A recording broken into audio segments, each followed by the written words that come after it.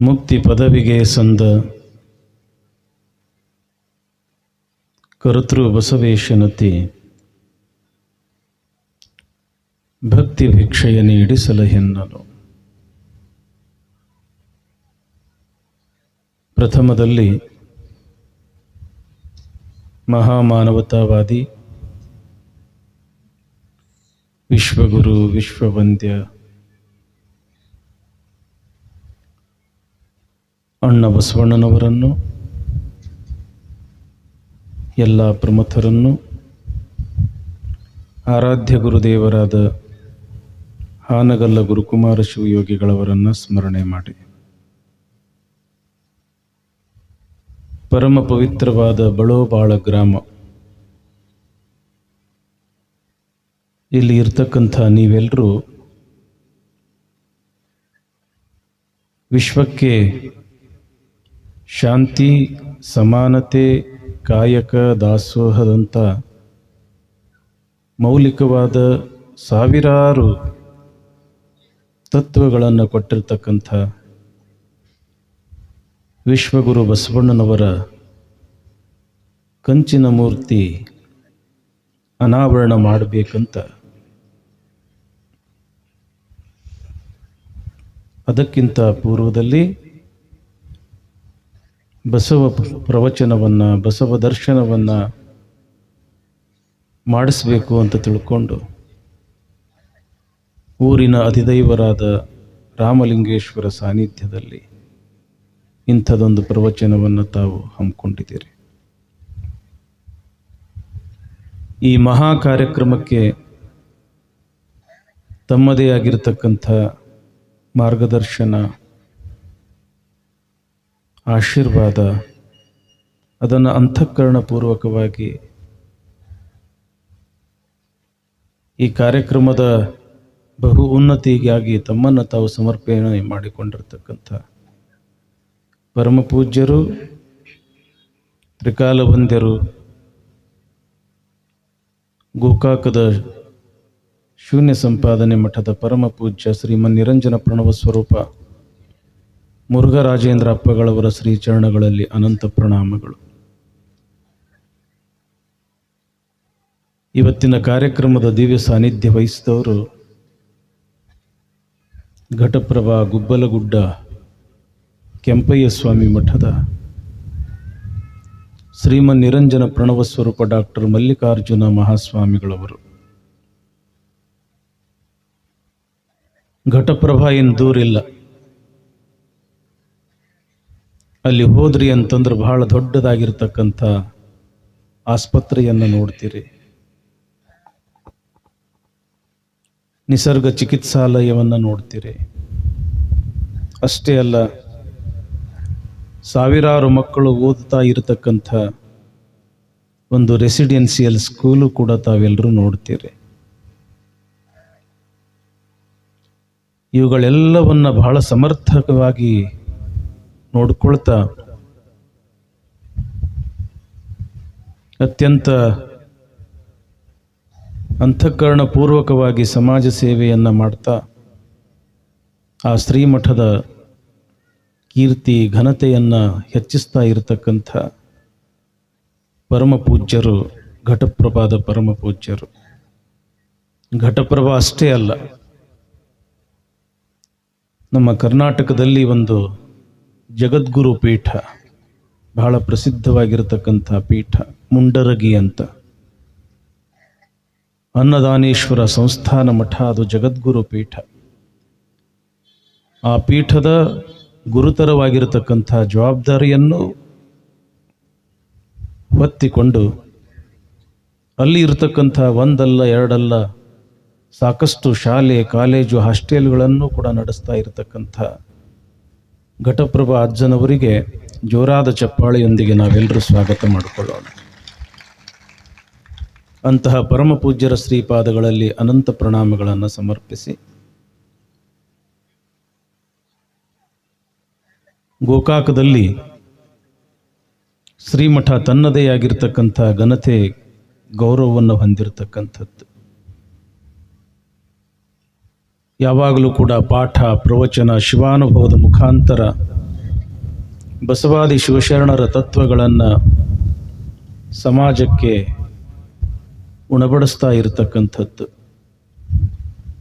ಅನೇಕ ಸಂಘ ಸಂಸ್ಥೆಗಳನ್ನು ತೆಗೆದು ಸಮಾಜಕ್ಕೆ ಒಂದು ದಾರಿ ದೀಪವಾಗಿರತಕ್ಕಂಥದ್ದು.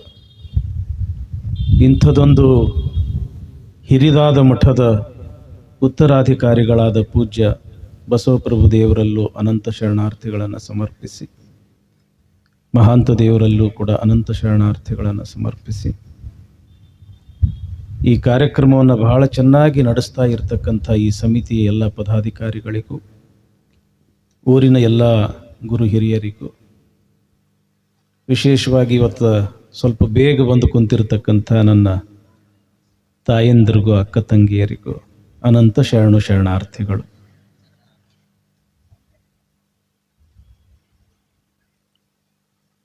ಲಕ್ಷ ಕೊಟ್ಟು ಕೇಳಕತ್ತೀರಲ್ರಿವ? ನಮ್ಮ ಶರಣರ ಯಾಕೋ ಸ್ವಲ್ಪ ತಡ ಮಾಡಿ ಬರ್ತಾರ, ಇನ್ನು ಮ್ಯಾಲವ್ರು ಒಬ್ರು ಬರಕ್ಕೆ ಶುರು ಮಾಡ್ತಾರೆ. ನಮ್ಮ ಶರಣರು ಪಾಪ ಒಕ್ಕಲ್ತನ ಪರಿಸರ ಇದೆಲ್ಲವೂ ಕೂಡ.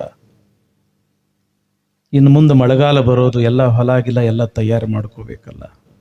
ಯಾಕೆ ಅನ್ನದಾತನ ಜವಾಬ್ದಾರಿ, ರೈತನ ಜವಾಬ್ದಾರಿ ಬಹಳ ದೊಡ್ಡದು. ಯಾಕೆ ಜಗತ್ತಿಗೆ ಅನ್ನ ಕೊಡಬೇಕಲ್ಲ. ನಮ್ಮ ಆ ರೈತ ಸಮುದಾಯಕ್ಕೆ ಜೋರಾದ ಚಪ್ಪಾಳೆಯೊಂದಿಗೆ ಗೌರವಿಸೋಣ.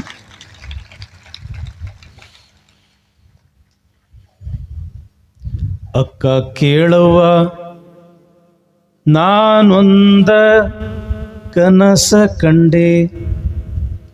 ಇವತ್ತಿನ ವಿಷಯ ಬಹಳ ಅದ್ಭುತ ಅದ, ಬಹಳ ಸುಂದರ ಅದ. ಲಕ್ಷ ಕೊಟ್ಟು ಕೇಳ್ರಿ.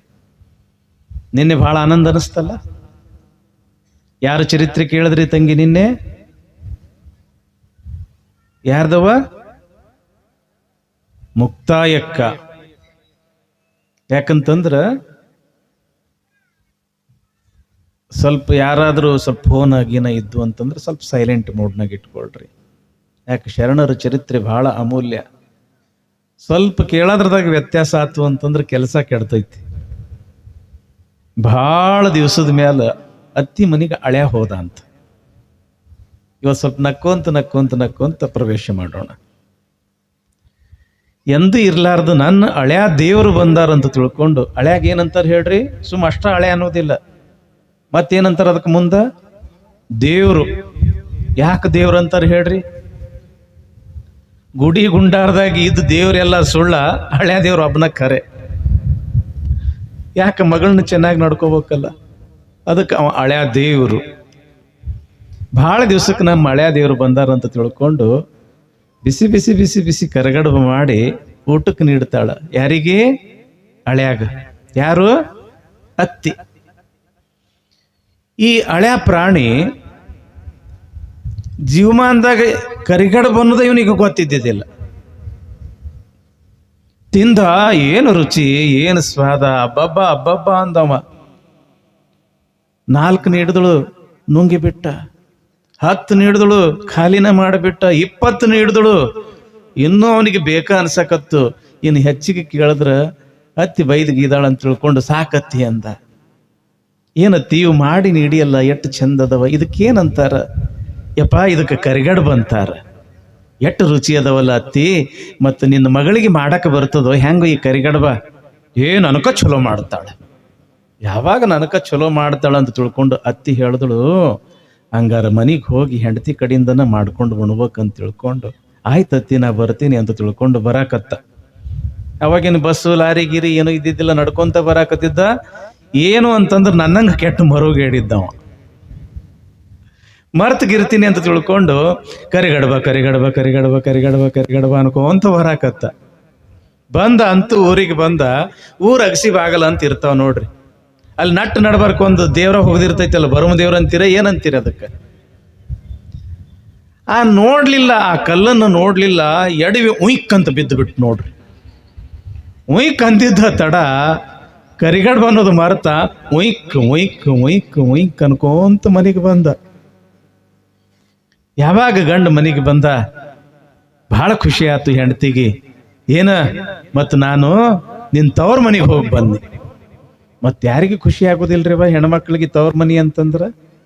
ತವ್ರ ಮನಿ ಅಂದ ಕೂಡ್ಲೇನೆ ಹೋಗಿ ಬಂದ್ರಿ ನನ್ನ ತವ್ರ ಮನಿಗೆ, ನಮ್ಮವ್ ಹೆಂಗದಾಳ ಏನು ಕೇಳ್ತೀನಿ. ಮವ್ವ ಉಯ್ಕ್ ಮಾಡಿ ನೀಡಿದ್ಳು. ಒಂದಲ್ಲ ಎರಡಲ್ಲ 20 ತಿನ್ನಿ, ಇನ್ನೂ ಹೆಚ್ಚಿಗೆ ತಿನ್ನೋ ಆಶೆ ಇತ್ತು. ಮನಸ್ಸಿನಾಗ ಬೈದು ಗೀದಾಳ ಅಂತ ತಿಳ್ಕೊಂಡು ಮತ್ತು ನೀ ಅಕಿನ್ಕಿಂತ ಚಂದ ಮಾಡ್ತಿ ಅಂತ ಅದಕ್ಕೆ ನನಗೆ ಉಯ್ಕ್ ಮಾಡಿ ನೀಡು ಆಂದಳಕ್ಕಿ. ಹೋಳ್ಗೆ ಮಾಡಂದ್ರೆ ಮಾಡ್ಬೋದು, ಮತ್ತೊಂದು ಮಾಡಂದ್ರೆ ಮಾಡ್ಬೋದು, ಇದು ಉಯ್ಕ್ ಅಂದ್ರೆ ಏನು ಅಂದಳಕ್ಕಿ. ಅಕಿನ್ಕಿಂತ ಚಲೋ ಮಾಡ್ತಿ ಅಂತ ನೀನು ಮೊದಲು ನನಗೆ ಉಯ್ಕ್ ಮಾಡಿ ನೀಡು.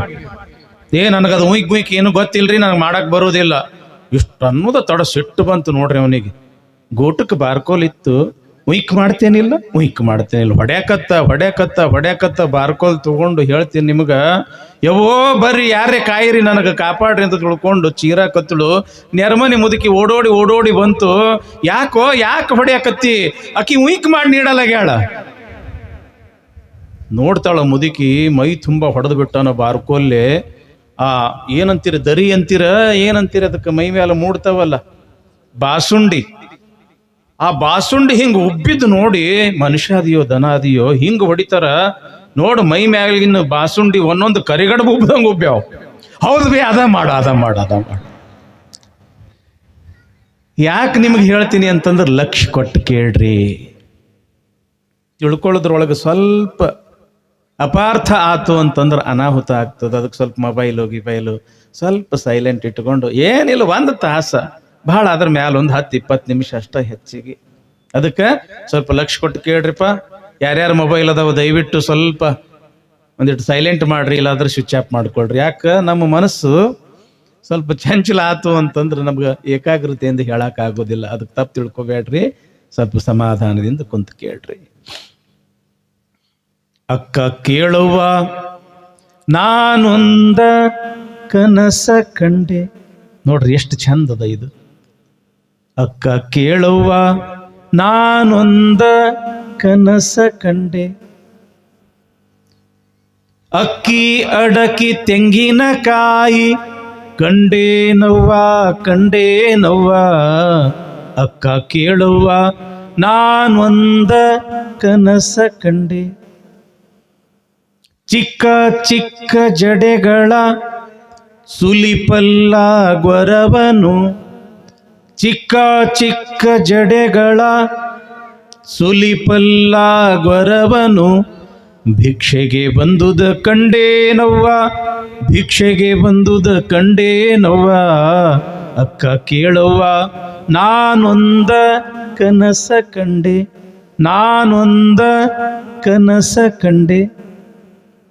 ಉಡುತಡಿ ಗ್ರಾಮ ಅದು. ಅಲ್ಲಿ ಸುಮತಿ ನಿರ್ಮಲ ಶೆಟ್ಟಿ ಎಂಬತಕ್ಕಂಥ ಶಿವಭಕ್ತ ದಂಪತಿಗಳು. ಇವರಿಗೆ ಮುದ್ದಾದ ಮಗಳು ಮಹಾದೇವಿ. ಪ್ರಾಯಕ್ಕೆ ಬಂದಿರತಕ್ಕಂಥ ಸಂದರ್ಭ, ತನ್ನ 4 ಗೆಳತಿಯರೊಂದಿಗೆ ಊರ ಹೊರಗಡೆ ಇರತಕ್ಕಂಥ ಶ್ರೀಶೈಲ ಮಲ್ಲಿಕಾರ್ಜುನನ ದೇವಸ್ಥಾನಕ್ಕೆ ಬಂದಿರತಕ್ಕಂಥ ಸಂದರ್ಭ. ಎಲ್ಲರೂ ಕೂಡಿ ಗರ್ಭಗುಡಿಯಲ್ಲಿ ಇರತಕ್ಕಂಥ ಆ ಮಲ್ಲಿಕಾರ್ಜುನ ಲಿಂಗವನ್ನ ಆನಂದದಿಂದ ಪೂಜೆ ಮಾಡ್ಯಾರ,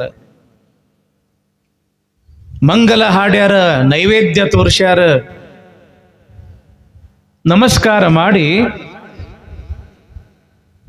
ಆ ದೇವಸ್ಥಾನದ ಹಿಂದ್ಗಡೆ ಒಂದು ವಿಶಾಲವಾಗಿರ್ತಕ್ಕಂಥ ಗಿಡ,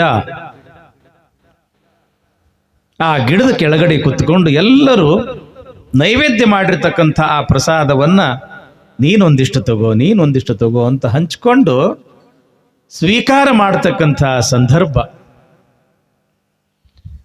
ಆ ಸಂದರ್ಭದಲ್ಲಿ ಮಹಾದೇವಿಯ ಒಬ್ಬ ಗೆಳತಿ ಮಹಾದೇವಿಗಂತಾಳ, ಮಹಾದೇವಿ, ನನಗೊಂದು ಕನಸು ಬಿದ್ದಿತ್ತು ಇವತ್ತು ನಸ್ಕಿನಾಗ. ಎಂಥ ಕನಸಂತಿ ಅದು, ಬಹಳ ಚಲೋ ಕನಸ, ಬಹಳ ಸುಂದರ ಕನಸ. ಕನಸ್ನಾಗ ಚಿಗುರು ಮೀಸಿ ಹುಡುಗ ಬಂದಿದ್ದ. ನೋಡಿದ್ರ ಮನ್ಮಥ. ಏನು ಚಲುವ, ಏನು ರೂಪ. ಮಾಡ್ಕೊಂಡ್ರ ಅಂಥವನ್ನ ಮಾಡ್ಕೋಬೇಕು ನೋಡು ಗೆಳತಿ ಅಂತ ತಿಳ್ಕೊಂಡು ಮಹಾದೇವಿಯ ಗೆಳತಿ ಮಹಾದೇವಿಗೆ ಹೇಳ್ತಾಳ. ಏನಂತ ಹೇಳ್ತಾಳ? ನನಗೊಂದು ಕನಸು ಬಿದ್ದಿತ್ತು. ಮತ್ ಕನಸು ಯಾರಿಗೆ ಬೀಳೋದಿಲ್ರಿ?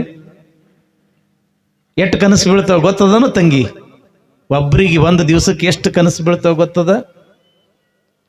ಡಾಕ್ಟರ್ ಸಿಗ್ಮಂಡ್ ಫ್ರಾಯ್ಡ್ ಅಂತ ಮನೋವಿಜ್ಞಾನಿ ಈ ಕನಸಿನ ಬಗ್ಗೆ ಸಂಶೋಧನೆ ಮಾಡ್ತಾನ. ಆತ ಯಾಕೆ ಬೀಳ್ತಾವ ಕನಸ,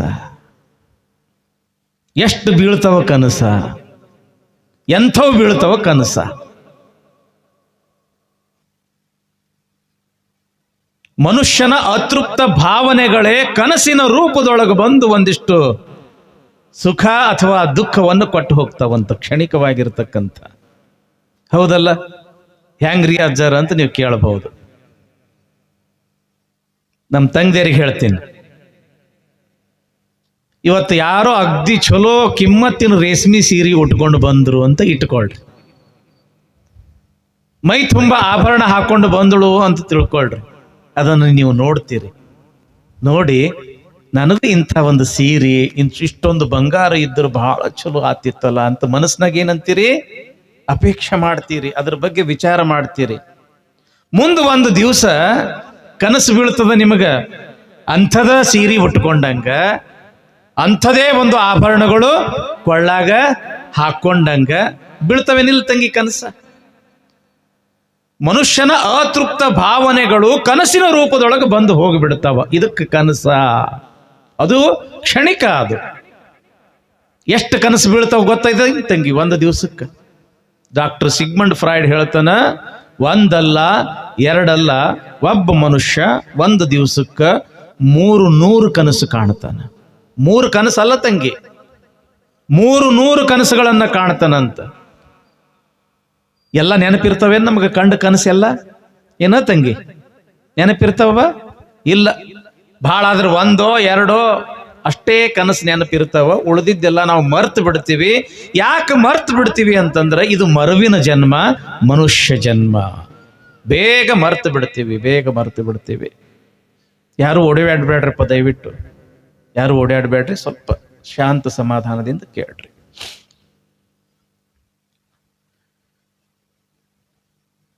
ಒಂದಲ್ಲ ಎರಡಲ್ಲ 300 ಕನಸು ಕಾಣ್ತೀವಿ.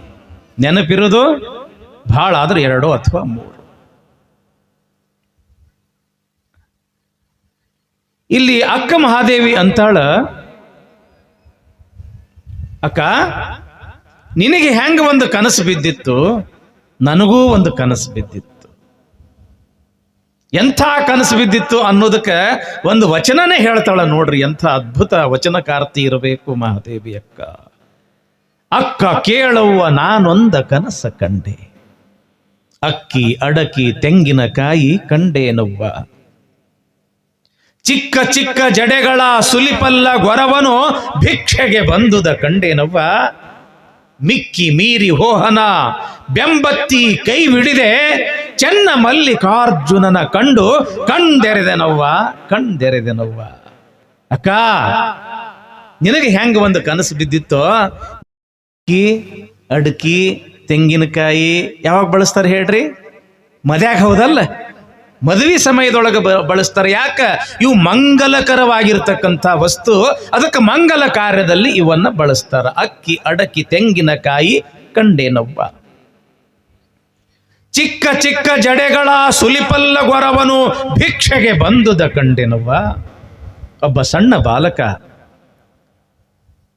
ಸುಲಿಪಲ್ಲ ಗೊರವ ಆಗ್ತಾನೆ ಮೂಡಿರ್ತಕ್ಕಂಥ ಹಲ್ಲುಗಳಿಂದ ಹಾಗೇ ಹೊಳಿತಾ ಇರ್ತಕ್ಕಂಥ ಚಿಕ್ಕ ಚಿಕ್ಕ ಜಡೆಗಳನ್ನ ಹಂಗ ಮುಖದ ಮೇಲೆ ಚೆಲ್ಕೊಂಡಿರ್ತಕ್ಕಂಥ ಒಬ್ಬ ಪುಟ್ಟ ಬಾಲಕ ಭಿಕ್ಷೆಗೆ ಬಂದುದ ಕಂಡೇನವ್ವ. ನನ್ನ ಮನೆಗೆ ಅವ ಭಿಕ್ಷೆಗೆ ಬಂದ, ಇಂಥ ಒಬ್ಬ ಸಣ್ಣ ಬಾಲಕ.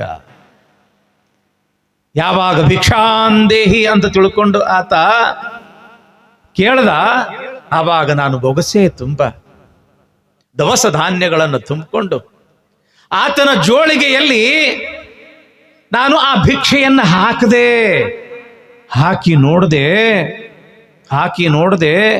ಬಂದಿರ್ತಕ್ಕಂಥ ಆ ಬಾಲಕ ಬೇರೆ ಯಾರೂ ಅಲ್ಲ, ಮಿಕ್ಕಿ ಮೀರಿ ಹೋಹನ ಬೆಂಬತ್ತಿ ಕೈ ಬಿಡಿದೆ. ಯಾವಾಗ ಭಿಕ್ಷೆಯನ್ನು ನೀಡಿದ ತಕ್ಷಣ ಅವ ಓಡಾಕ ಶುರು ಮಾಡ್ದ. ನಾ ನೋಡ್ದೆ, ಇಷ್ಟು ಮುದ್ದಾಗಿರ್ತಕ್ಕಂಥ ಈ ಹುಡುಗ ಬೇರೆ ಯಾರೂ ಅಲ್ಲ, ಸಾಕ್ಷಾತ್ ಮಲ್ಲಿಕಾರ್ಜುನನೇ ಈ ಒಂದು ಬಾಲಕನ ರೂಪದಿಂದ ಬಂದಾನ, ಇವನನ್ನು ಬಿಡಬಾರ್ದು ಅಂತ ಬೆನ್ನ ಹತ್ತಿ ಹಿಂಗ ಓಡಿ ಹೋಗಿ ಅವನ ಕೈ ಹಿಡ್ಕೊಂಡೆ. ಎಚ್ಚರ ಆತು ತಂಗಿ, ನನಗೆ ಎಚ್ಚರ ಆತು. ಎಂಥ ಮುದ್ದಾದ ಕನಸು, ಎಂಥ ಅದ್ಭುತ ಕನಸು, ಹೌದಲ್ಲ? ಇಂಥ ಕನಸು ಒಮ್ಮರ ಕಂಡ್ರಿಯವ ನೀವು? ನಮ್ಮ ಮಠಕ್ಕೆ ಬರ್ತಿರ್ತಾರ, ಅದ್ರದಾಗ ನಮ್ಮ ಘಟಪ್ರಭಾ ಅಜ್ಜಾರ ಹತ್ರ ಭಾಳ ಇಂಥವು ಪೇಷಂಟ್ಗಳು. ಅವರು ಸ್ವಲ್ಪ ಚೀಟಿ ಗೀಟಿ ಹಾಕ್ತಾರ, ಒಂದಿಟ್ಟು ತಮಾಷಿ ಗಿಮಾಷಿ ಇದ್ದಾಗ. ನೀನೊಬ್ಬ ಹುಡುಗ ಬಂದಿದ್ದ, ಅಗದಿ ವಯಸ್ಸಿನ ಹುಡುಗ, ಮುಖ ಇಟ್ಟ ಮಾಡ್ಯಾನ. ಯಾಕೋ ಇಟ್ಟ ಮುಖ ಮಾಡಿ ಅಂತ ಅಜ್ಜಾರು ಕೇಳ್ತಾರ. ಅಪ್ಪಾರ, ಕನಸ್ನಾಗ ದೇವ್ ಬರ್ತದ್ರಿ. ಅಂದ್ರಿ ಇವ್ರು, ಎದಿ ಮ್ಯಾಲ ಕುಂಡಿರ್ತದ್ರಿ. ಏನಪ್ಪಾ ಅಂದ್ರು, ಮಾತಾಡಕ ಬರಲ್ರಿ, ಅಳಗ್ಯಾಡಕ ಬರೋದಿಲ್ಲ, ಹಂಗ ಕುಂತು ಬಿಡ್ತದ್ರಿ. ನಾವು ಕಾಣೋ ಕನಸಿಂತ, ಹೌದಲ್ಲ?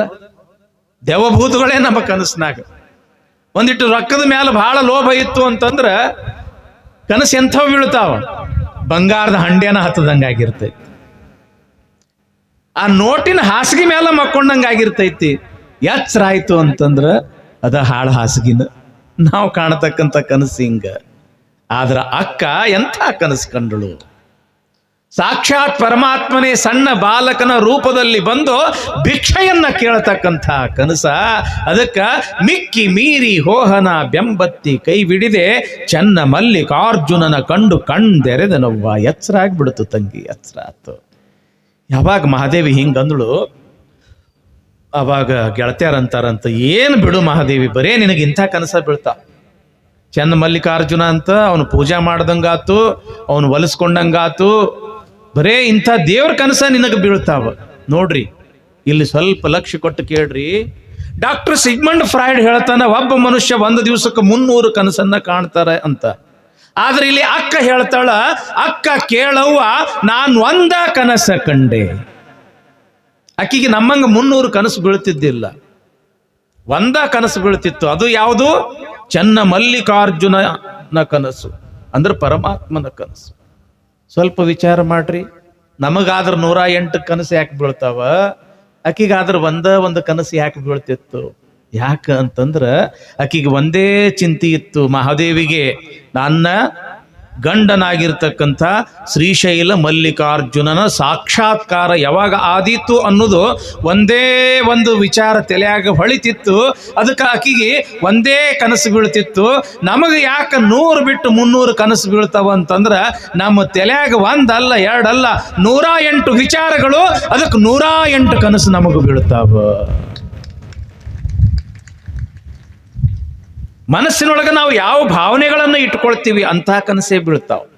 ಇವತ್ತು ಬೇಕಾದ್ರೆ ಪರೀಕ್ಷೆ ಮಾಡ್ರಿ ತಂಗಿ.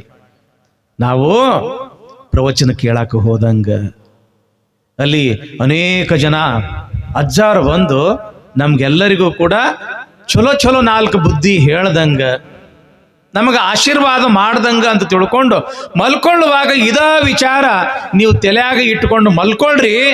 ಆಣಿ ಮಾಡಿ ಹೇಳ್ತೀನಿ, ನಿಮ್ಮ ಕನಸಿನೊಳಗ ಅಜ್ಜಾರ ಬಂದು ದರ್ಶನ ಕೊಡ್ತಾರ ಹೊರತು ಮತ್ಯಾವ ಕನಸುಗಳು ಬೀಳಕ್ಕೆ ಸಾಧ್ಯ ಇಲ್ಲ. ಯಾಕ? ಯದ್ಭಾವಂ ತದ್ಭವತಿ. ನಮ್ಮ ಮನಸ್ಸು ಹೆಂಗೋ ಮನಸ್ಸಿನಂತೆ ಮಹಾದೇವ, ಮನಸ್ಸಿನಂತೆ ಮಹಾದೇವ.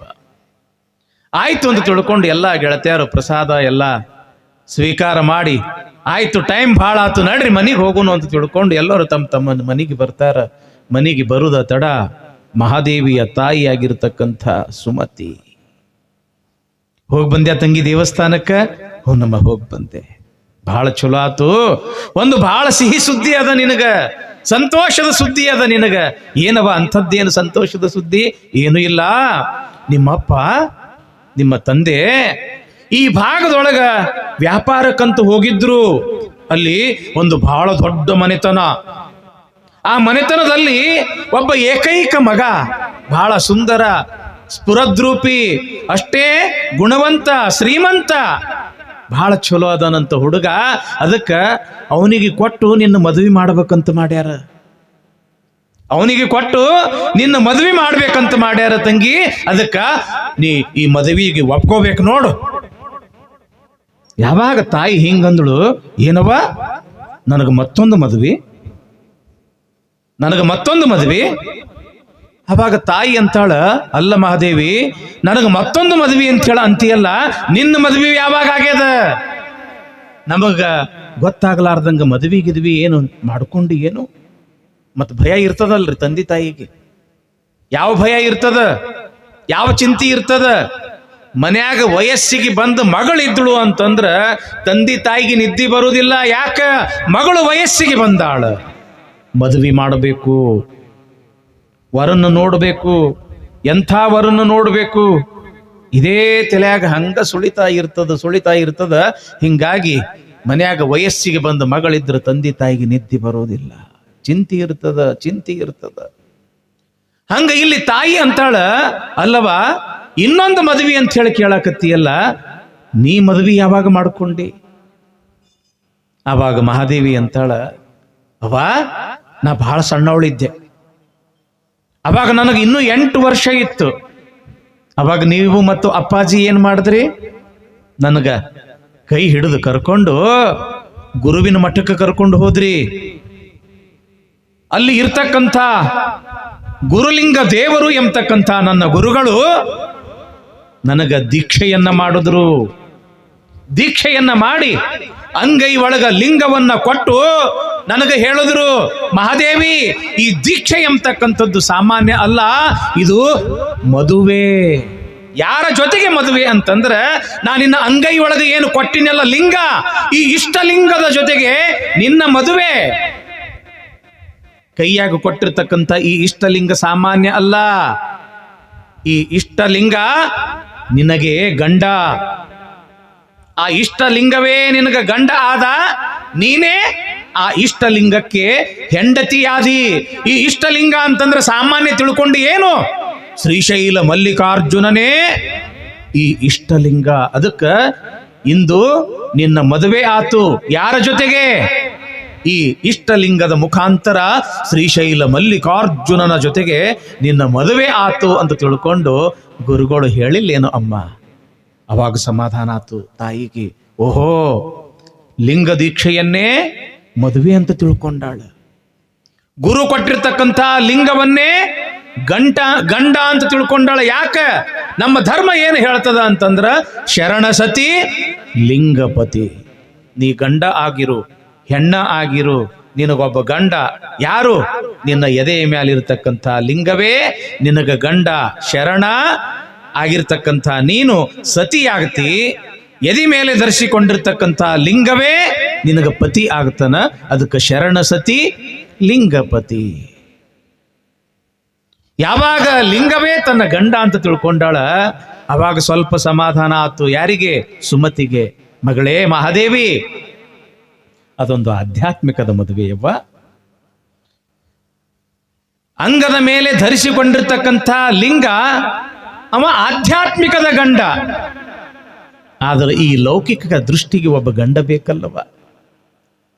ಎಲ್ಲರೂ ಹೆಂಗ ಮದ್ವಿ ಮಾಡ್ಕೊಳ್ತಾರ, ಗಂಡಿಗೆ ಹೆಣ್ಣು, ಹೆಣ್ಣಿಗೆ ಗಂಡು ಒಂದು ಜೋಡಿ ಮಾಡಿ ಎಲ್ಲಾ ಗುರು ಹಿರಿಯರು ಕೂಡಿ ಒಂದು ಒಳ್ಳೆಯ ಮುಹೂರ್ತದೊಳಗ ಮಂಗಲಕರವಾಗಿರತಕ್ಕಂಥ ಆ ವಸ್ತುಗಳನ್ನ, ಆ ಧಾರ್ಮಿಕ ವಿಧಿವಿಧಾನಗಳನ್ನ ಮಾಡಿ ಯಾವ ರೀತಿಯಾಗಿ ನೀವು ಜೀವ ಇರುವವರೆಗೂ ಕೂಡ ಒಂದಲ್ಲ ಎರಡಲ್ಲ 7 ಜನ್ಮ ನೀವು ಹಿಂಗೆ ಇರಬೇಕು ಅಂತ ತಿಳ್ಕೊಂಡು ಎಲ್ಲ ಗುರು ಹಿರಿಯರು ಕೂಡಿ ಆಶೀರ್ವಾದ ಮಾಡ್ತಾರಲ್ಲ, ಅಂಥ ಮದುವೆ ನೀ ಮಾಡ್ಕೋಬೇಕು ಮಗಳೇ ಮಹಾದೇವಿ. ಆವಾಗ ಮಹಾದೇವಿ ಅಂತಾಳಂತ, ಅವ್ವಾ ಅಂಥ ಮದುವೆ ನನಗೆ ಬೇಕಾಗಿಲ್ಲ. ಯಾಕಂತಂದ್ರ ಸಾವಿಲ್ಲದ ಕೇಡಿಲ್ಲದ ರೂಹಿಲ್ಲದ ಚೆಲುವಂಗಾನು ಒಲಿದೆನವ್ವ. ಭವವಿಲ್ಲದ ಭಯವಿಲ್ಲದ ನಿರ್ಭಯ ಚಲುವಂಗಾನು ಒಲಿದೆನವ್ವ. ಕುಲ ಸೀಮೆ ಇಲ್ಲದ ನಿಸ್ಸೀಮ ಚಲುವಂಗಾನು ಒಲಿದೆನವ್ವ. ಸಾಯುವ ಕೆಡುವ ಗಂಡರನ್ನೊಯ್ದು ಒಲೆಯೊಳಗಿಕ್ಕೆ ತಾಯೇ. ಅವ್ವ, ಯಾವ ಗಂಡನನ್ನ ನೀನು ಮಾಡ್ಕೋಬೇಕು ಅಂತ ತಿಳ್ಕೊಂಡು ನೀ ಹೇಳಕತ್ತೀಯಲ್ಲ, ಆ ಗಂಡನಿಗೆ ಒಂದಿಲ್ಲ ಒಂದು ದಿವಸ ರೋಗ ರುಜಿನ ಬರ್ತದ, ಕಡೆಗೆ ಸಾವು ಅನ್ನೋದು ಬರ್ತದ. ನಾ ಎಂಥ ಗಂಡ ನನ್ನ ಗಂಡ ಅಂತ ತಿಳ್ಕೊಂಡಿನಿ ಅಂತಂದ್ರೆ ಅವನಿಗೆ ಸಾವು ಇಲ್ಲ, ಕೇಡು ಇಲ್ಲ, ಭವವೂ ಇಲ್ಲ, ಭಯವೂ ಇಲ್ಲ. ಆತ ನಿರ್ಭಯ ಚಲುವ. ಅವನಿಗೆ ಯಾವ ಕುಲ ಇಲ್ಲ, ಯಾವ ಸೀಮೆ ಇಲ್ಲ. ಯಾಕ? ಆತ ನಿಸ್ಸೀಮ ಚಲುವ. ಅದಕ್ಕೆ ಈ ಪ್ರಪಂಚದಲ್ಲಿ ಇರ್ತಕ್ಕಂಥ ಗಂಡರು ಒಂದು ಇಲ್ಲ ಒಂದು ದಿವಸ ಸತ್ತು ಹೋಗೋರು. ಆದರೂ ನನ್ನ ದೇವರು ಏನು ಅದನಲ್ಲ, ಆ ಶ್ರೀಶೈಲ ಮಲ್ಲಿಕಾರ್ಜುನ, ಅವನಂಥ ಚಲುವ ಯಾರು ಇಲ್ಲ ಈ ಪ್ರಪಂಚದೊಳಗ. ಅವನನ್ನೇ ನನ್ನ ಗಂಡ ಅಂತ ಹೇಳಿ ನಾನು ನಂಬಿನಿ ತಾಯಿ. ಅದಕ್ಕೆ ನಾ ಇನ್ನೊಂದು ಮದುವೆಯನ್ನ ಮಾಡಿಕೊಳ್ಳುವುದಿಲ್ಲ ಅಂತ ಮಹಾದೇವಿ. ಇವರು ಮಾತನಾಡ್ತಾ ಇರ್ತಕ್ಕಂಥ ಸಮಯದೊಳಗ ನಿರ್ಮಲ ಶೆಟ್ಟಿ ಬಂದ್ರು. ಏನಂತಾಳ ಮಹಾದೇವಿ? ಮದುವೆ ವಲ್ಲಂತಾಳ. ಯಾಕ? ನಾನು ದೇವರನ್ನೇ ಗಂಡ ಅಂತ ಹೇಳಿ ನಂಬಿನಿ. ಆ ದೇವರ ಆರಾಧನೆಯನ್ನ ಮಾಡಿ ಮಾಡಿ ಆ ದೇವರನ್ನ ನಾನು ಸಾಕ್ಷಾತ್ಕಾರ ಮಾಡಿ, ಆ ದೇವರನ್ನ ಸಾಕ್ಷಾತ್ಕಾರ ಮಾಡಿಕೊಂಡು ಆ ದೇವರೊಳಗೆ ನಾನು ಒಂದಾಗ್ತೀನಿ ಅಂತಾಳ ಮಹಾದೇವಿ. ಅದಕ್ಕೆ ಈ ಮದುವೆ ವಲ್ಲಂತಾಳ. ಹಾಗಾದ್ರೆ ಹೆಂಗ್ ಮಾಡಬೇಕು ಅಂತ ತಿಳ್ಕೊಂಡು ನಿರ್ಮಲ ಶೆಟ್ಟಿಗೂ ಕೂಡ ಚಿಂತೆ ಆಯ್ತು. ಹಾಗಾದ್ರೆ ಮಹಾದೇವಿ ಯಾರ ಮಾತು ಕೇಳ್ತಾಳ? ತನ್ನ ಗುರು ಆಗಿರ್ತಕ್ಕಂಥ ಗುರುಲಿಂಗ ದೇವರ ಮಾತು ಕೇಳ್ತಾಳ. ಹಾಗಾದ್ರೆ ಅವ್ರ ಕಡೆಯಿಂದ ಒಂದು ಮಾತು ಹೇಳಿಸಿದ್ರಾತು ಅಂತ ತಿಳ್ಕೊಂಡು ಸುಮತಿ ನಿರ್ಮಲ ಶೆಟ್ಟಿ ಇಬ್ಬರು ಕೂಡಿ ಮಗಳನ್ನ ಕರ್ಕೊಂಡು ಎಲ್ಲಿಗೆ ಬಂದ್ರು? ಮಠಕ್ಕೆ ಬಂದ್ರು. ಒಮ್ಮೊಮ್ಮೆ ಕರ್ಕೊಂಡು ಬರ್ತೀರೇನಿಲ್ಲ ಮಕ್ಕಳಿಗೆ ಮಠಕ್ಕೆ? ಅಜ್ಜಾರ ನೀವರ ಒಂದಿಟ್ಟು ಬುದ್ಧಿ ಹೇಳ್ರಿ, ಒಟ್ಟ ಮಾತ ಕೇಳವಲ್ರಿ, ಬರೀ ಉಡಾಳ್ತನ ಮಾಡ್ತಾನ್ರಿ, ಸರಿಯಾಗಿ ಅಭ್ಯಾಸ ಮಾಡವಲ್ರಿ, ಕರ್ಕೊಂಡು ಬಂದಿರ್ತೀರೇನಿಲ್ಲ? ಯಾಕ? ಅಜ್ಜಾರ್ ಹೇಳದ ಬಳಕ ಒಂದಿಷ್ಟು ಸುಧಾರಣೆ ಆಗ್ತಾನ, ಅಜ್ಜಾರ ಮಾತಾದ್ರೂ ಕೇಳ್ತಾನ ಅನ್ನೋ ಒಂದು ಭರವಸೆ ನಂಬಿಕೆಯಿಂದ ಕರ್ಕೊಂಡು ಬಂದಿರ್ತೀರಿ. ಹಂಗ ಮಗಳನ್ನ ಕರ್ಕೊಂಡು ಬಂದ್ರು. ಗುರುಗಳಿಗೆ ಹೇಳ್ತಾರ, ಯಪ್ಪ ನೀವು ಕೊಟ್ಟಿರ್ತಕ್ಕಂಥ ದೀಕ್ಷೆನೇ ಮದುವೆ ಅಂತ ತಿಳ್ಕೊಂಡಾಳ. ಶರಣ ಸತಿ ಲಿಂಗಪತಿ ಅಂತ ಲಿಂಗವೇ ತನ್ನ ಗಂಡ ಅಂತ ತಿಳ್ಕೊಂಡಾಳ. ನಾ ನೋಡಿದ್ರೆ ಒಂದು ಒಳ್ಳೆಯ ವರನನ್ನು ನೋಡೀನಿ, ಅವನನ್ನ ಕೊಟ್ಟು ಮದುವೆಯನ್ನ ಮಾಡ್ಬೇಕಂತ ಮಾಡೀನಿ. ಅದಕ್ಕೆ ನೀವ ಒಂದಿಷ್ಟು ಅವಳಿಗೆ ಬುದ್ಧಿ ಹೇಳ್ರಿ ಅಂತ ತಿಳ್ಕೊಂಡು ಗುರುಗಳಿಗೆ ಹೇಳಿದಾಗ ಗುರುಗಳು ಕೂಡ ಹೇಳಕ ಪ್ರಯತ್ನ ಮಾಡ್ತಾರ. ಆದ್ರ ಮಹಾದೇವಿ ಅಂತಾಳ, ನನ್ನ ಮನಸ್ಸು ಎಂಬತಕ್ಕಂಥದ್ದನ್ನು ನಾನು ಮಹಾದೇವನಿಗೆ ಕೊಟ್ಟು ಬಿಟ್ಟಿದ್ದೀನಿ. ಒಬ್ಬ ಗರತಿ ಹಾಡ್ತಾಳಲ್ಲ, ಜಾಣ ನನ್ನ ಮಗಳನ್ನ ಯಾರಿಗೆ ಕೊಡಲೆವ್ವ, ಕ್ವಾಟಿಯ ಮ್ಯಾಲಿರುವ ಕೊರವಾಗ ಕೊಟ್ಟರ ಕಸಬರಿಗೆ ಆಶೆ ನನಗಿಲ್ಲ. ನೋಡ್ರಿ, ಒಬ್ಬ ಗರತಿ ಎಂಥ ಅದ್ಭುತ ಮಾತು ಹೇಳ್ತಾಳ. ಜಾಣ ನನ್ನ ಮಗಳನ್ನ ಯಾರಿಗೆ ಕೊಡಲೆವ್ವ, ಕ್ವಾಟಿ ಮ್ಯಾಲಿರುವ ಕೊರಗವಾಗ ಕೊಟ್ಟಾರ ಕಸಬರಿಗೆ ಆಶೆ ನನಗಿಲ್ಲ. ನನ್ನ ಮಗಳಿಗೆ ಯಾರಿಗೆ ಕೊಡಬೇಕು? ಕೊರವನಿಗೆ ಕೊಡ್ಬೇಕಂತಾಳ. ಯಾಕ? ಅವ ಏನ್ ಮಾಡ್ತಿರ್ತಾನ? ಈ ಕಸಬರ್ಗಿ ಮರ ಬುಟ್ಟಿ ಗಿಟ್ಟಿ ಮಾಡ್ತಿರ್ತಾನ. ಅಂಥವನಿಗೆ ನನ್ನ ಮಗಳನ್ನ ಕೊಟ್ವಿ ಅಂತಂದ್ರ ನನಗೆ ಕಸಬರ್ಗಿ ಈ ಬುಟ್ಟಿ ಮರದ ಚಿಂತನೆ ಇರುವುದಿಲ್ಲ ಅಂತ ತಿಳ್ಕೊಂಡು ಅಂತಾಳ. ಇದೇನು ಬಹಳ ದೊಡ್ಡದ್ರಿ ಅಂತ ನೀವು ಅನ್ಬಹುದು. ಆದ್ರ ಇದ್ರೊಳಗ ಬಹಳ ದೊಡ್ಡ ಅರ್ಥ ಅದ. ಜಾಣ ನನ್ನ ಮಗಳಂತಂದ್ರೆ ಯಾರು? ಮನಸ್ಸು ಎಂಬತಕ್ಕಂಥ ಮಗಳು. ಜಾಣ ನನ್ನ ಮಗಳನ್ನ ಯಾರಿಗೆ ಕೊಡಬೇಕು? ಕ್ವಾಟಿಯ ಮ್ಯಾಲಿರುವ ಕೊರವಾಗ, ಅಂದ್ರ ಕೈಲಾಸದಲ್ಲಿ ಇರತಕ್ಕಂಥ ಪರಮಾತ್ಮನಿಗೆ. ಆ ಕೈಲಾಸದಲ್ಲಿ ಇರತಕ್ಕಂಥ ಪರಮಾತ್ಮನಿಗೆ ಜಾಣ ಎಂಬತಕ್ಕಂಥ ನನ್ನ ಮಗಳನ್ನ ಕೊಟ್ಟಿದ್ದೇ ಆದ್ರೆ ಯಾತ್ರ ಚಿಂತೆ ಇರುವುದಿಲ್ಲ. ಕಸಬರ್ಗಿ ಅಂದ್ರೇನು? ಈ ಸಂಸಾರದ ಚಿಂತೆನೇ ಇರುವುದಿಲ್ಲ. ಯಾಕ? ಆ ಪರಮಾತ್ಮನೇ ನನ್ನ ಅಳಿಯ ಆಗಿಬಿಟ್ಟಿರ್ತಾನ ಅನ್ನೋ ಒಂದು ಭಾವ. ಎಷ್ಟು ಅರ್ಥ ಇರ್ತಾವ ನೋಡ್ರಿ ನಮ್ಮ ಗರತಿಯರ ಮಾತಿನೊಳಗ. ಅದಕ್ಕ ಗುರುಗಳೇ, ಯಾವಾಗ ನೀವು ಶರಣ ಸತಿ ಲಿಂಗಪತಿ ಅಂತ ಹೇಳಿರಿ, ಅದಕ್ಕೆ ನನ್ನ ದೇವರನ್ನೇ ನಾನು ಗಂಡ ಅಂತ ನಂಬಿದ್ದೀನಿ, ಅದಕ್ಕೆ ನನಗೆ ಒತ್ತಾಯ ಮಾಡಬೇಡ್ರಿ ಅಂತ ತಿಳ್ಕೊಂಡು ಗುರುಗಳಿಗೆ ಹೇಳ್ತಾಳ ಮಹಾದೇವಿ. ಆಯ್ತು ಅಂತ ತಿಳ್ಕೊಂಡು ಗುರುಗಳು ಸುಮತಿ ನಿರ್ಮಲ ಶೆಟ್ಟಿಗೆ ಹೇಳ್ತಾರ, ನೋಡ್ರಿಪ್ಪ, ನಿಮ್ಮ ಮಗಳು ಮಹಾದೇವಿ ಸಾಮಾನ್ಯಳಲ್ಲ. ಜಗಜ್ಜನನಿಯಾಗಿರ್ತಕ್ಕಂಥ ಪಾರ್ವತಿಯ ಸಾತ್ವಿಕ ರೂಪ ಅವಳು. ಹೀಗಾಗಿ ಪರಮಾತ್ಮನನ್ನೇ ಒಲಿಸ್ಕೋಬೇಕು ಅಂತ ತಿಳ್ಕೊಂಡು ಈ ಭೂಮಿ ಮೇಲೆ ಹುಟ್ಟಿ ಬಂದವಳು ಅವಳು. ಅದಕ್ಕೆ ಆಧ್ಯಾತ್ಮಿಕ ಸಾಧನೆ ಮಾಡಾಕತ್ತಾಳ, ಮಾಡ್ಲಿ ಬಿಡ್ರಿ ಅಂತ ತಿಳ್ಕೊಂಡು ಗುರುಗಳು ಸಹಿತ ತಂದೆ ತಾಯಿಗೆ ಬುದ್ಧಿವಾದ ಹೇಳಿ ಕಳಿಸಿದ್ರು. ಹಿಂಗ ಕೆಲವೊಂದು ದಿವಸ ಹೋತು. ಒಂದು ದಿವಸ ಏನಾಗ್ಯದ ಅಂತಂದ್ರೆ, ಮಹಾದೇವಿಯ ಗೆಳತಿಯರು ಓಡೋಡಿ ಮಹಾದೇವಿ ಮನೆಗೆ ಬಂದಾರ. ಅಂತಾರ, ಮಹಾದೇವಿ ನಿನಗೊಂದು ಸುದ್ದಿ ಗೊತ್ತದ ಏನು? ಏನು ಗೆಳತಿ ಅಂತ ಕೇಳ್ತಾಳ ಮಹಾದೇವಿ. ಏನಿಲ್ಲ, ನಮ್ಮ ಪಟ್ಟಣದ ಒಡೆಯನಾಗಿರ್ತಕ್ಕಂಥ ಕೌಶಿಕ ಮಹಾರಾಜನ ಮೆರವಣಿಗೆ ಊರಿನ ಈ ಪ್ರಮುಖ ಬೀದಿಯಲ್ಲಿ ಬರಾಕತ್ತದ.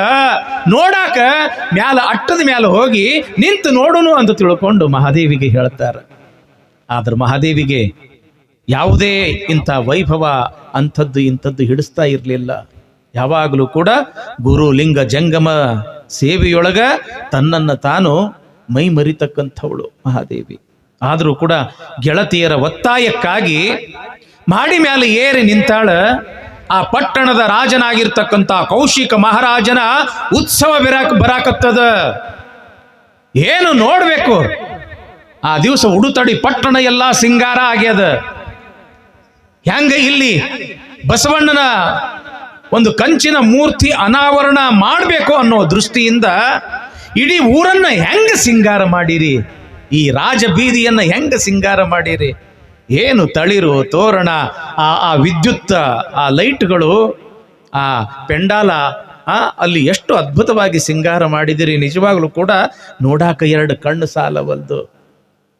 ನಾವು ಬಳೋಬಾಳ ಗ್ರಾಮದೊಳಗೆ ಬರ್ತಾ ಇದ್ರ ನಮ್ಮ ಘಟಪ್ರಭಾ ಅಜ್ಜಾರ ಅನ್ನಕತ್ತಿದ್ರು, ಏನ್ರಿ ಅಜ್ಜಾರ ಎಂಥ ಭಕ್ತಿರಿ, ಊರಿನ ಭಕ್ತರ ಭಕ್ತಿ. ಬಸವಣ್ಣನವರ ಮೂರ್ತಿಯನ್ನ ಎಲ್ಲಾ ಕಡೆಗೂ ಕೂಡ ಹೆಚ್ಚು ಕಡಿಮೆ ಸ್ಥಾಪನೆ ಮಾಡ್ತಾರ, ಇಲ್ಲ ಅಂತ ಅಲ್ಲ. ಆದ್ರ ಇಂಥ ವೈಭವ ನಾ ನೋಡಿದ್ದು ಇದ ಮೊದಲ ಅಂತ ತಿಳ್ಕೊಂಡು ಘಟಪ್ರಭಾ ಅಜ್ಜಾರು ನಿಮ್ಮೂರವರನ್ನ ನಿಮ್ಮನ್ನ ಎಲ್ಲ ಹಾಡಿ ಹಾಡಿ ಹಾಡಿ ಹೊಗಳಾಕತ್ತಿದ್ರು. ಈ ಊರು ನೀವು ಪ್ರಮುಖ ಬೀದಿಯನ್ನ ಹೆಂಗ ಸಿಂಗಾರ ಮಾಡಿರಿ. ಆ ದಿವಸ ಅಲ್ಲಿ ಉಡುತಡಿ ಪಟ್ಟಣದೊಳಗ ಬೀದಿಯೆಲ್ಲ ಸಿಂಗಾರ ಮಾಡ್ಯಾರ. ಯಾಕ? ರಾಜನಾಗಿರ್ತಕ್ಕಂಥ ಕೌಶಿಕ ಮಹಾರಾಜನ ಮೆರವಣಿಗೆ ಬರಾಕತ್ತದ, ಉತ್ಸವ ಬರಾಕತ್ತದ. ಏನು ನೋಡ್ಬೇಕು, ಸಾವಿರಾರು ಜನ ಆ ಮೆರವಣಿಗೆಯೊಳಗ, ಅನೇಕ ರೀತಿಯ ವಾದ್ಯ ವೈಭವ ಆ ಮೆರವಣಿಗೆಯೊಳಗ, ಅನೇಕ ಕುದುರೆಗಳು, ಒಂಟೆಗಳು, ನೂರಾರು ಜನ ಶಸ್ತ್ರ ಸಜ್ಜಿತರಾಗಿರ್ತಕ್ಕಂಥ ಆ ರಾಜ ಸೇವಕರು. ರಾಜನಾಗಿರ್ತಕ್ಕಂಥ ಕೌಶಿಕ ಮಹಾರಾಜ ದೊಡ್ಡದಾಗಿರ್ತಕ್ಕಂಥ ಆ ಪಟ್ಟದ ಆನೆಯ ಮೇಲೆ ಕುಳಿತುಕೊಂಡಿದ್ದಾನೆ ಬಂಗಾರದ ಅಂಬಾರಿಯೊಳಗ. ಬಹಳ ಚಲುವ ರಾಜ ಕೌಶಿಕ ಮಹಾರಾಜ, ಅತ್ಯಂತ ಸ್ಫುರದ್ರೂಪಿ. ಅಲ್ಲಿರ್ತಕ್ಕಂಥ ಹೊಗಳು ಭಟ್ಟರು ರಾಜಾಧಿರಾಜ ರಾಜ ಮಾರ್ತಾಂಡ 64 ವಿದ್ಯಾ ನಿಪುಣ ಕೌಶಿಕ ಮಹಾರಾಜ ಬಹುಪರಾಕ್ ಬಹುಪರಾಕ್ ಬಹುಪರಾಕ್ ಅಂತ ತಿಳ್ಕೊಂಡು ಹಂಗ ಪರಾಕಗಳನ್ನು ಹೇಳಕತ್ತಾರ. ಅತ್ಯಂತ ವೈಭವದಿಂದ ಬರಾಕತ್ತದ ರಾಜನ ಮೆರವಣಿಗೆ. ಅಂತೂ ಇಂತೂ ಮೆರವಣಿಗೆ ಎಲ್ಲಿಗೆ ಬಂತು ಅಂತಂದ್ರೆ, ಆ ಉಡುತಡಿಯ ಪಟ್ಟಣದ ಶ್ರೇಷ್ಠ ವ್ಯಾಪಾರಿಯಾಗಿರ್ತಕ್ಕಂಥ ನಿರ್ಮಲ ಶೆಟ್ಟಿ ಅಂದ್ರೆ ಮಹಾದೇವಿಯ ಮನೆಯ ಎದುರುಗಡೆ ಮೆರವಣಿಗೆ ಬಂತು. ಮಹಾರಾಜರಿಗೆ ಗೌರವವನ್ನು ಸಲ್ಲಿಸಬೇಕು ಅಂತ ತಿಳ್ಕೊಂಡು ನಿರ್ಮಲ ಶೆಟ್ಟಿ ದೊಡ್ಡದಾಗಿರ್ತಕ್ಕಂಥ ಒಂದು ಬೆಳ್ಳೆಯ ಪಾತ್ರೆಯೊಳಗ ಹಣ್ಣು ಹಂಪಲ ರೇಷ್ಮೆಯ ಪೀತಾಂಬರಗಳನ್ನು ಇಟ್ಟು ರಾಜನಿಗೆ ಆ ಸತ್ಕಾರ ಮಾಡತಕ್ಕಂಥ ಸಂದರ್ಭ ಅದು. ಆ ಸಮಯದೊಳಗೆ ಏನಾಗಿದೆ ಅಂತಂದ್ರೆ, ಸತ್ಕಾರವನ್ನು ಸ್ವೀಕಾರ ಮಾಡಿಕೊಂಡಿರ್ತಕ್ಕಂಥ ರಾಜ ಅತ್ತ ಇತ್ತ ನೋಡ್ತಕ್ಕಂಥ ಸಮಯದೊಳಗ ಮಹಡಿಯ ಮೇಲೆ ನಿಂತಿರ್ತಕ್ಕಂಥ ಆ ಮಹಾದೇವಿಯ ಮೇಲೆ ಈತನ ಕಣ್ಣು ಬಿತ್ತು.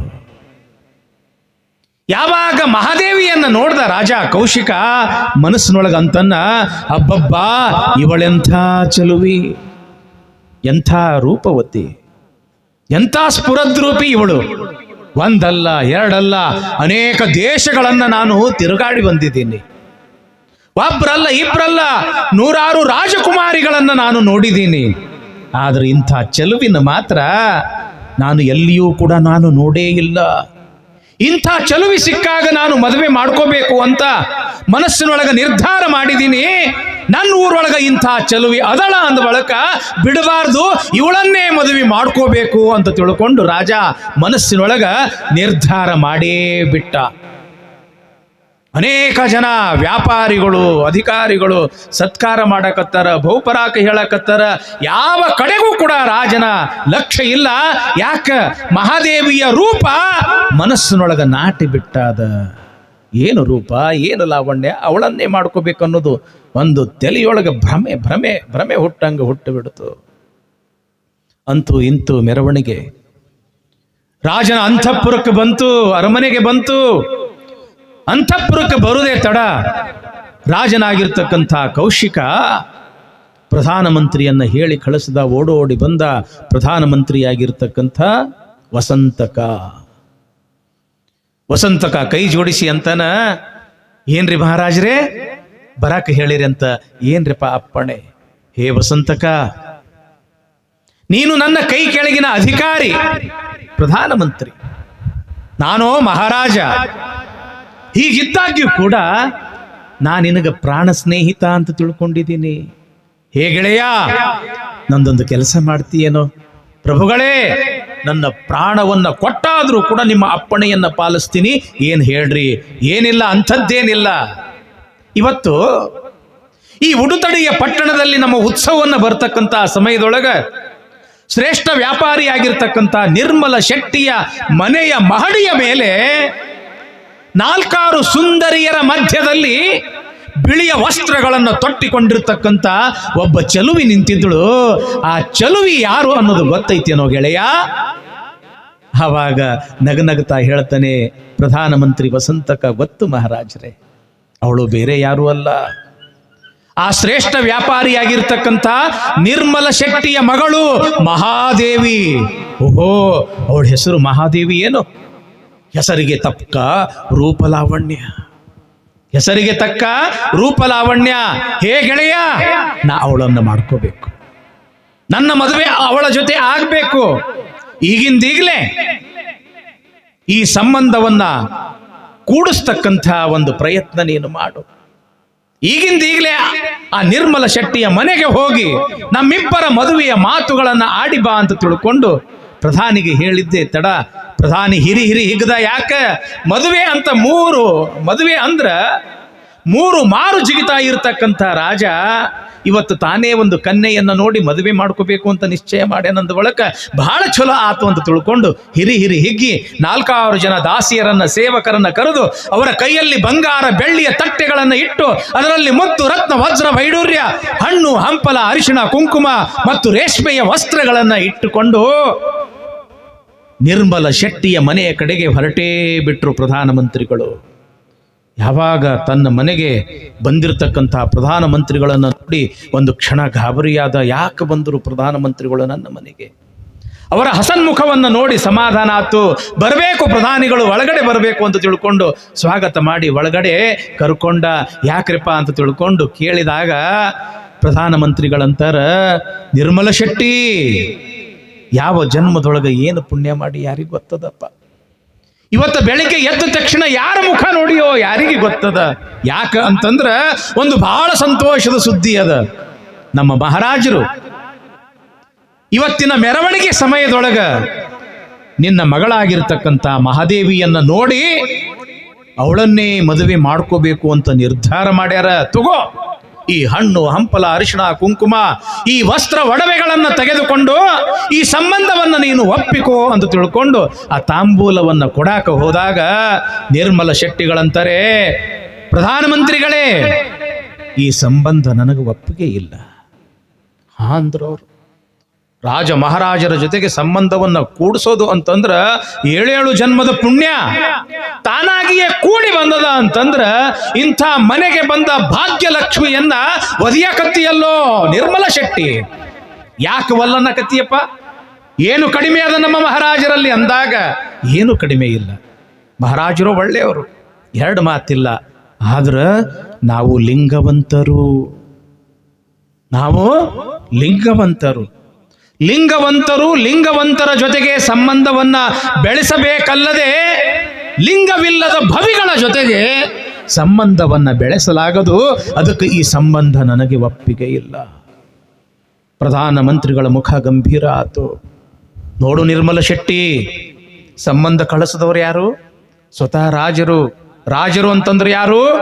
ರಾಜಾ ಪ್ರತ್ಯಕ್ಷ ದೇವತಾ, ಕಣ್ಣಿಗೆ ಕಾಣಿಸ್ತಕ್ಕಂಥ ದೇವರು ರಾಜರು ಅಂತಂದ್ರ.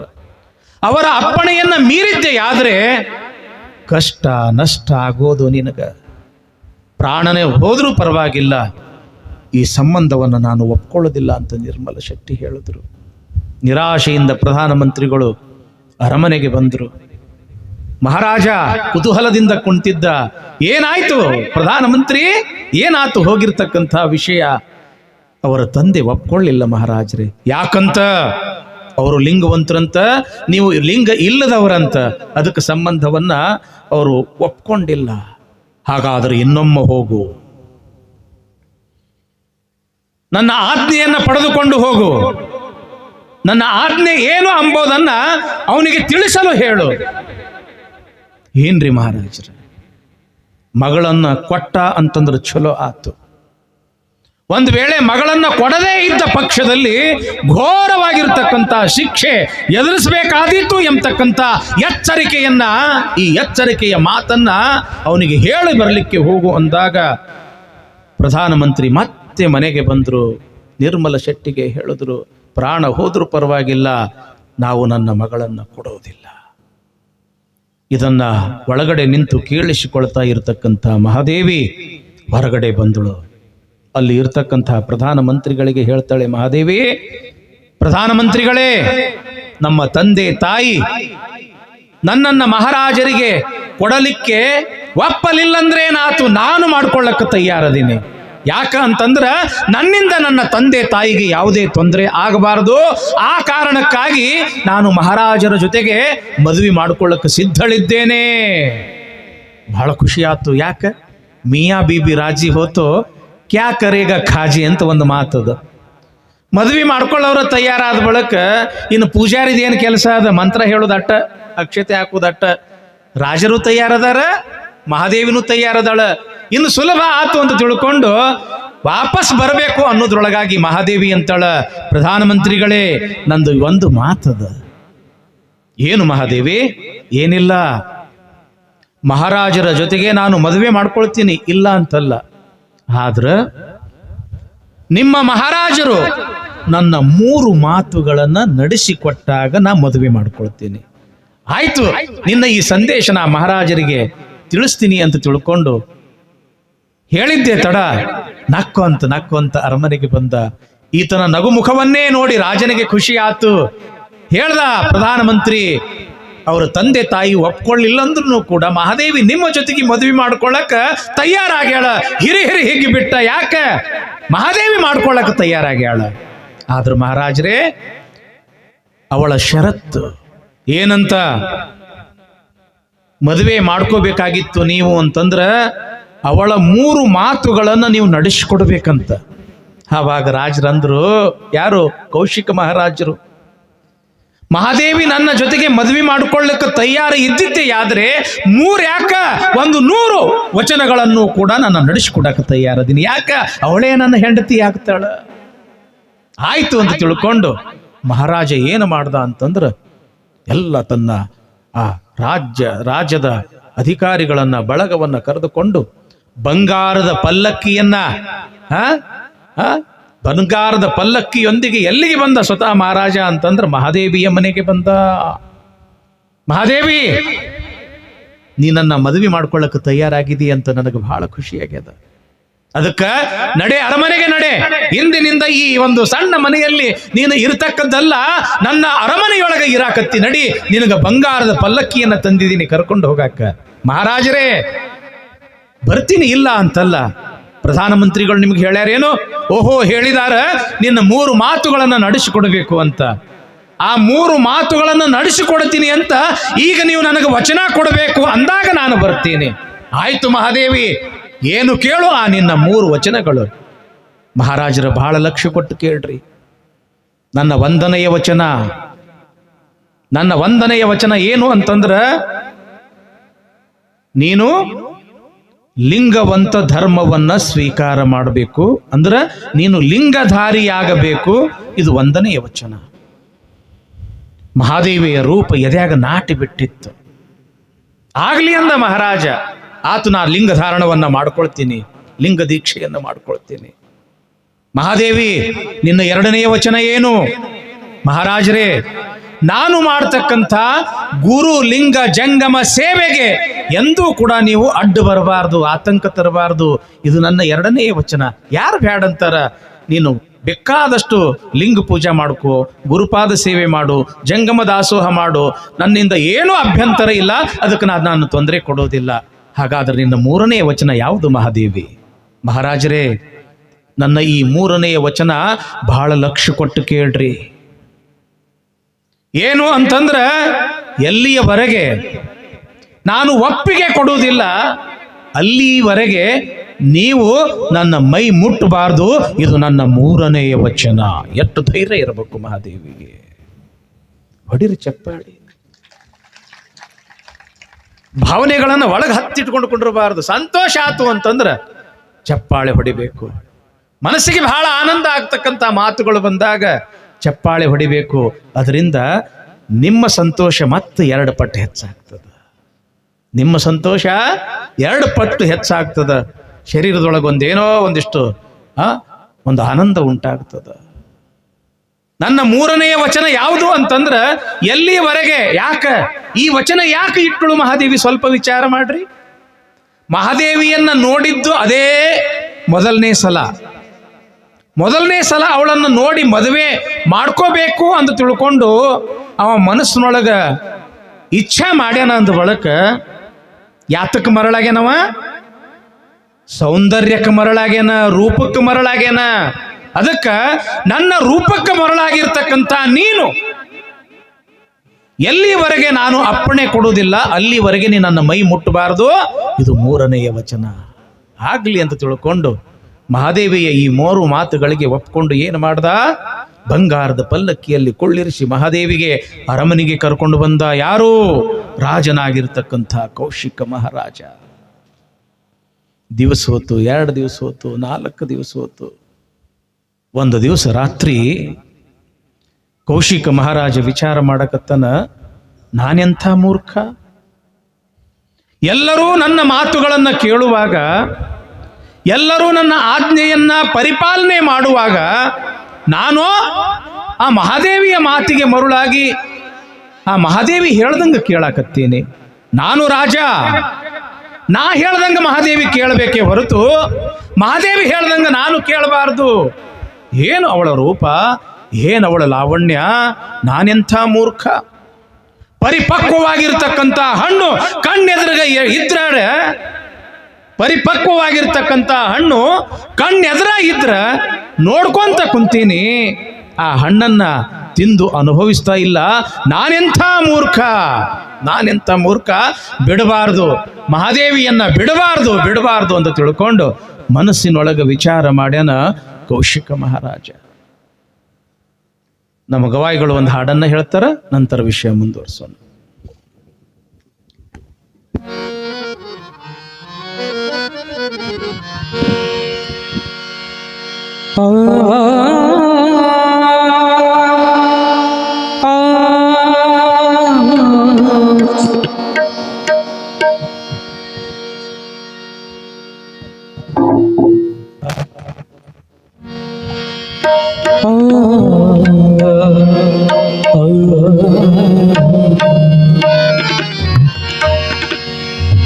ಅರಿಯಾದವರೊಡನೆ ಸಂಗವ ಮಾಡಿದರೆ ಕಲ್ಲ ಹೊಯ್ದು ಕಿಡಿಯ ತೆಗೆದು ಕೊಂಬಂತೆ, ಬಲ್ಲವರೊಡನೆ ಸಂಗವ ಮಾಡಿದರೆ ಮೊಸರ ಬಸಿದು ಬೆಣ್ಣೆಯ ತೆಗೆದು ಕೊಂಬಂತೆ. ಅರಿಯಾದವರೊಡನೆ ಸಂಗವ ಮಾಡಿದರೆ, ಅರಿಯಾದವರೊಡನೆ ಸಂಗವ ಮಾಡಿದರೆ ಕಲ್ಲ ಹೊಯ್ದು ಕಿಡಿಯ ತೆಗೆದು ಕೊಂಬಂತೆ, ಕಲ್ಲ ಹೊಯ್ದು ಕಿಡಿಯ ತೆಗೆದು ಕೊಂಬಂತೆ. ಪಲ್ಲವರೊಡನೆ ಸಂಗವ ಮಾಡಿದರೆ, ಪಲ್ಲವರೊಡನೆ ಸಂಗವ ಮಾಡಿದರೆ ಮೊಸರ ಹೊಸೆದು ತೆಗೆದು ಕೊಂಬಂತೆ, ಮೊಸರ ಹೊಸೆದು ತೆಗೆದು ಕೊಂಬಂತೆ. ಅರಿಯಾದವರೊಡನೆ ಸಂಗವ ಮಾಡಿದರೆ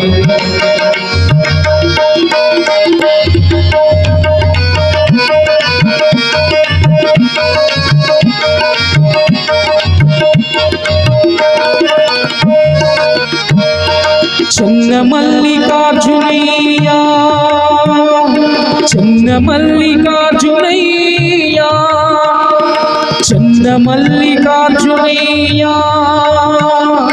ಚನ್ನಮಲ್ಲಿಕಾರ್ಜುನಯ್ಯ ನಿಮ್ಮ ಶರಣರ ಸಂಗಮ ಮಾಡಿದರೆ ಕರಪೂರದ ಗುರಿಯ ನುರೆಕೊಂಬಂತೆ ಕರಪೂರದ ಗುರಿಯ ನುರೆಕೊಂಬಂತೆ ಅರಿಯಾದವರೊಡನೆ ಸಂಗವ ಮಾಡಿದರೆ ಅರಿಯಾದವರೊಡನೆ ಸಂಗವ ಮಾಡಿದರೆ ಕಲ್ಲ ಹೊಯ್ದು ಕಿಡಿಯ ತೆಗೆದು ಕೊಂಬಂತೆ ಕಲ್ಲವರೊಡನೆ ಸಂಗವ ಮಾಡಿದರೆ ಹೊಸರ ಹಸಿದು ಬೆಣ್ಣೆ ತೆಗೆದು ಕೊಂಬಂತೆ ಅರಿಯಾದವರೊಡನೆ ಅರಿಯಾದವರೊಡನೆ ಅರಿಯಾದವರೊಡನೆ ಸಂಗವ ಮಾಡಿದರೆ